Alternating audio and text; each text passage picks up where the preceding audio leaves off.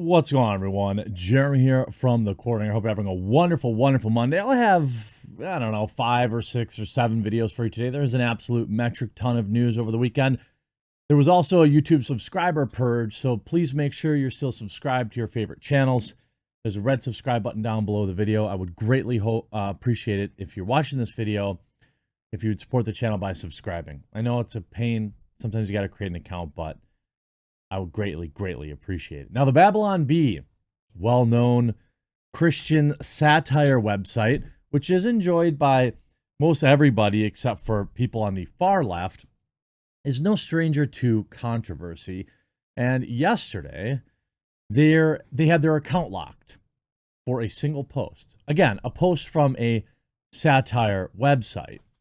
Twitter suspends Babylon Bee for naming Rachel Levine Man of the Year. Now, if you don't know who Rachel Levine is, they are a biological male, who serves in the Biden administration.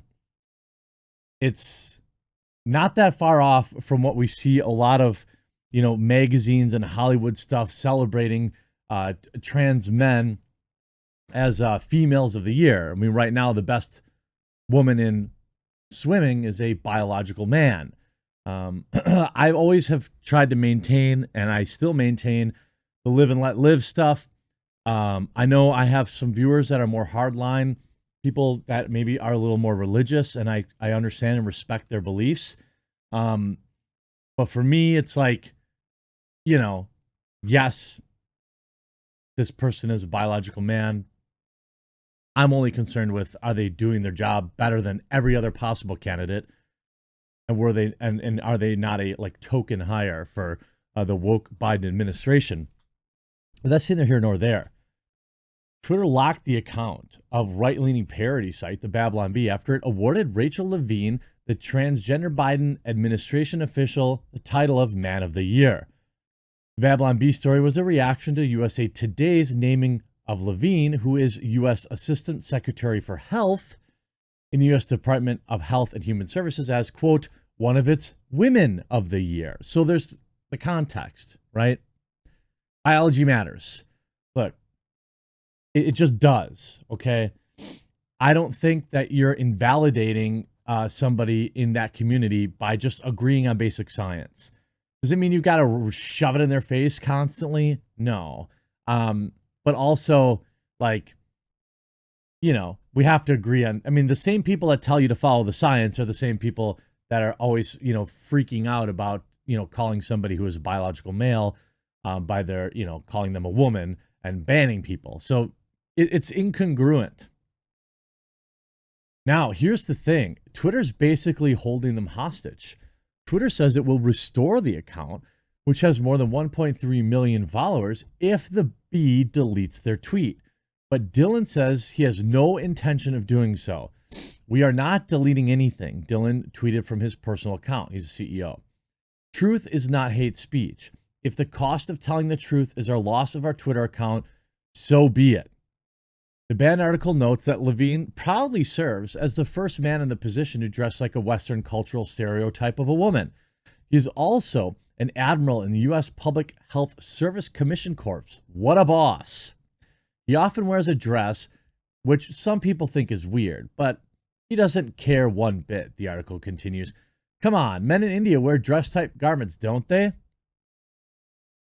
Babylon Bee CEO Seth Dillon tweeted out news of the suspension on his own account. Here's the thing about Twitter. It's worthless. Most of us are addicted to it, and we justify it by saying, oh, well, I just, I only use it here and there or whatever. Even I used to say, well, I need to tweet it out. I need to let people know that I published a new video. Well, if you've been following my Twitter account over the last month, I've been running a test. I don't really post new videos there. Very rarely do I post new videos there. And you know what? My subscriber growth has been extremely strong. My viewership in February and March, the highest February and highest March so far that I've ever had. So I don't need Twitter to let people know about my content. Neither does the Babylon Bee, and they probably know that. although their content does lean into the kind of viral sensation that is, their articles. However, they're also very popular on the alt tech websites, which probably garners a higher percentage of their actual viewers and readers anyway.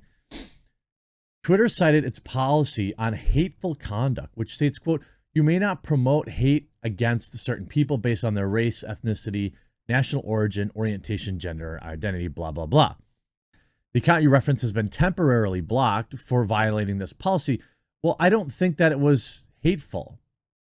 And I do commend Babylon Bee essentially sacrificing their Twitter account at this point. Now, there's two schools of thought here.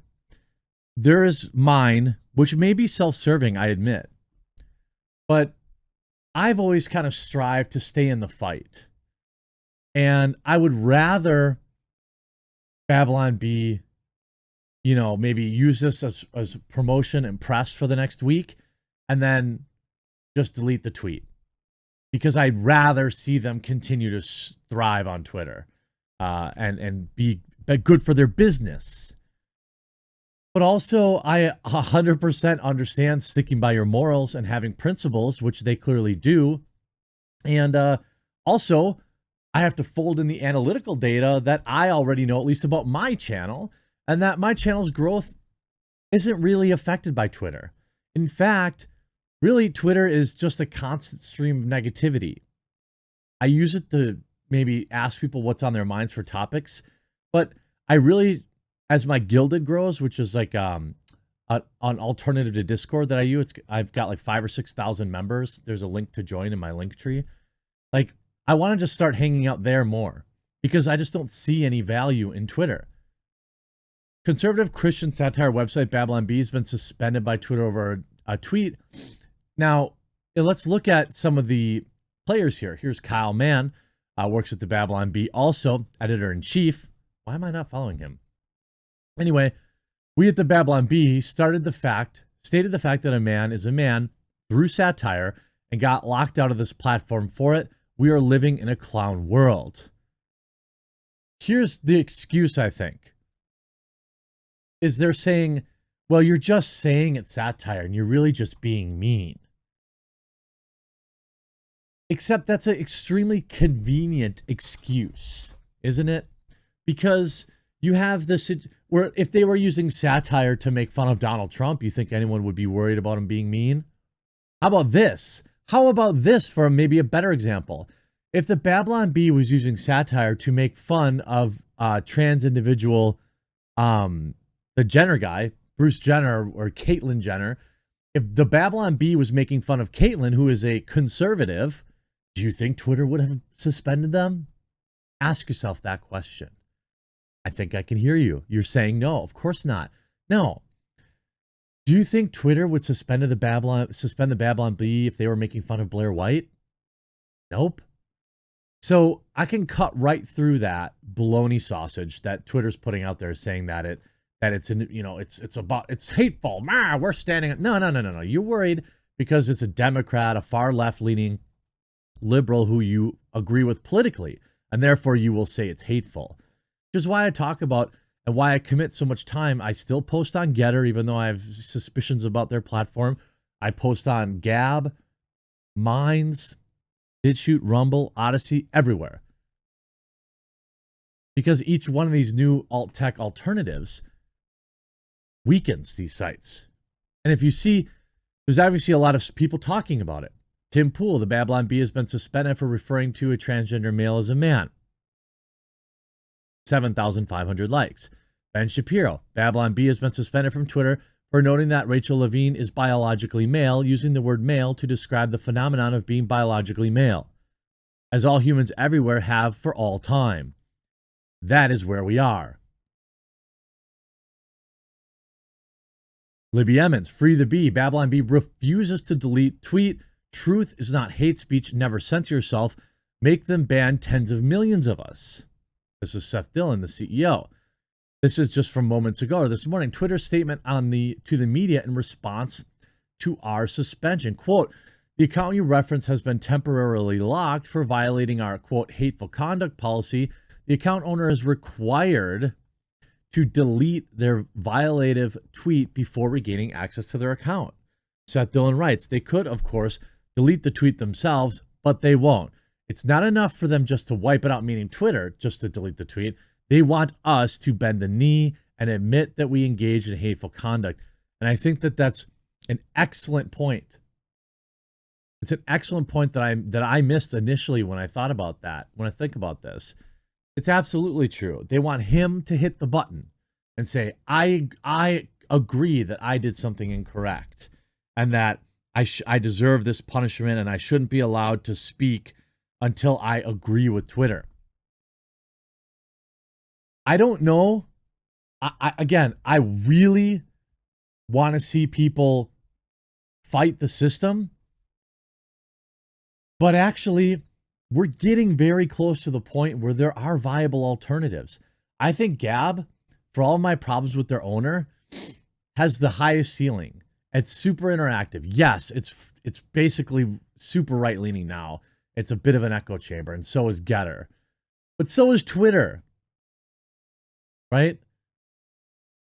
Seth Dillon now getting tagged by dozens of people saying they're reporting my personal account. Notices like this are starting to stream in. The left isn't interested in freedom or debate. They demand ideological conformity, submit, or they'll silence you. Well, that's correct. I 100% agree with that. Eric Erickson writing, calling a biological male a male should not be controversial, but Twitter is at war with the truth. The word man is that's problematic, not male. They allow trans individuals like Rachel Levine to be described as physically male, but they won't allow you to conclude that that person's maleness makes them a man. If Rachel self-identifies as a woman, then you must affirm that. Well, I mean, obviously, I hope that the Babylon Bee kind of parlays this into large followings on their Getter and their Gab, and hopefully if they have a Minds account, hopefully it builds their email list, which is what they're promoting right now. And they certainly can exist without Twitter. They really can. So I stand with, stop retweeting this guy. I do stand with the Babylon Bee with hashtag #FreeTheBee. I hope you enjoyed this video, and we'll talk to you again real soon.